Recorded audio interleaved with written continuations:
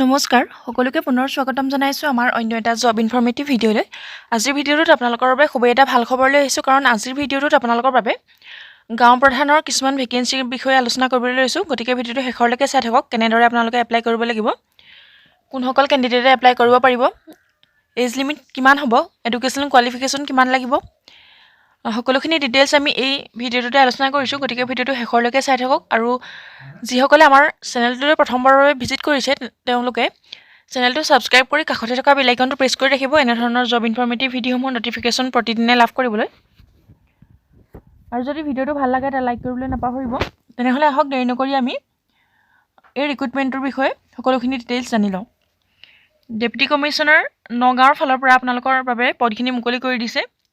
ইয়াৰে বাবে last date হৈছে 30 ডিচেম্বৰ 2025। আপোনালোকে 30 ডিচেম্বৰলৈকে এই পদকেইটাৰ বাবে এপ্লাই কৰি থাকিব পাৰিব।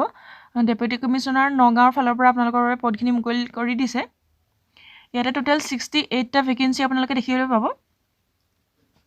গাঁও প্ৰধানৰ বাবে ভেকেঞ্চি মুকলি হৈছে আণ্ডাৰ নগাঁও সদৰ, ধিং, ৰহা, কলিয়াবৰ, কামপুৰ, ৰূপহী এণ্ড চামগুৰি ৰেভিনিউ চাৰ্কলছৰ পদকেইটা মুকলি হৈছে। আপোনালোক যদি ইণ্টাৰেষ্টেড আৰু এলিজিবল হয় এপ্লাই কৰি ল'ব পাৰিব।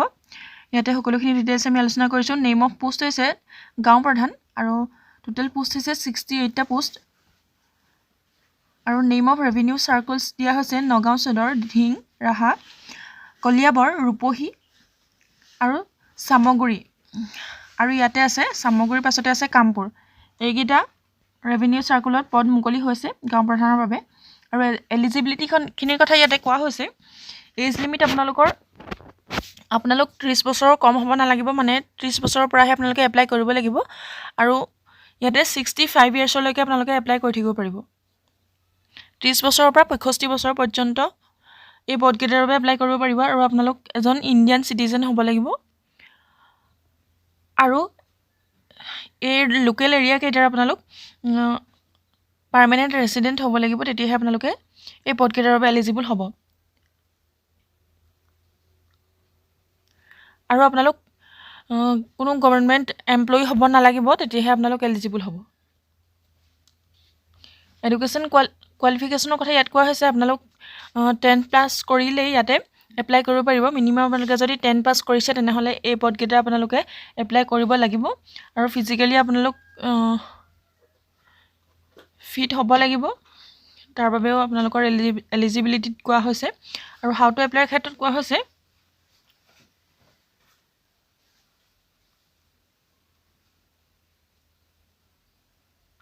আপোনালোকে ইয়াতে অফলাইন যোগেৰে এপ্লাই কৰিব লাগিব। আপোনালোকে চাৰ্কুল অফিচত গৈ ইয়াৰ এপ্লিকেশ্যন ফৰ্মখন জমা দিব লাগিব।